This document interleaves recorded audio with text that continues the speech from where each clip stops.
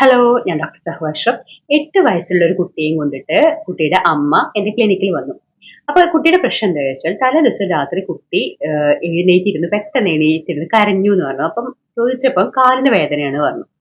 അപ്പൊ ഞാൻ കുട്ടിയുടെ എന്റെ അടുത്തിരുത്തിയിട്ട് കുട്ടിന്റെ കാലില് എന്തെങ്കിലും ബുദ്ധിമുട്ടുണ്ടോ, നീരോ, തൊടുമ്പോ വേദന ഉണ്ടോ എന്നൊക്കെ നോക്കി.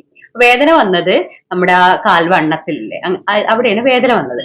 അപ്പൊ കുട്ടിയാണെങ്കിൽ അത്യാവശ്യം ആക്ടിവിറ്റി ഒക്കെ ഉള്ള ആൾ തന്നെയാണ്, ഓട്ടവും ചാട്ടവും ഒക്കെ ആയിട്ട്. കുട്ടി എവിടെയെങ്കിലും വീണിട്ടുണ്ടോ എന്നൊക്കെ ഞാൻ ചോദിച്ചു, ഇവിടെ തട്ടിയിട്ടുണ്ടോ? അപ്പൊ ആൾക്ക് അങ്ങനത്തെ ഒരു പ്രശ്നമില്ല, തൊടുമ്പോഴോ വേദനകളോ ഒന്നുമില്ല. അപ്പൊ ഇതിൽ നിന്ന് നമ്മൾ മനസ്സിലാക്കേണ്ട ഒരു കാര്യമുണ്ട്. അപ്പൊ ഇത് നമുക്ക് കണ്ടെത്താൻ പറ്റുന്നത്, വേറെ ഫൈൻഡിങ്സ് ഒന്നും അവിടെ അല്ലാത്തതുകൊണ്ട് നമുക്ക് ഇതിൽ ഒരു കാര്യം കണ്ടെത്താൻ പറ്റുന്നത് വെച്ചാല് ഗ്രോയിങ് പെയിൻസ് ആണ്. ഗ്രോയിങ് പെയിൻസ് ആണ് വളർച്ചയുടെ സമയത്ത് കുട്ടികളിൽ ഉണ്ടാവുന്ന വേദനയാണ്.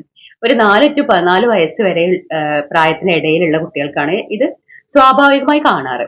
10 to 20% കുട്ടികൾക്ക് ഇത് കാണുള്ളൂ, ചില കുട്ടികൾക്ക് കാണണമെന്നുമില്ല.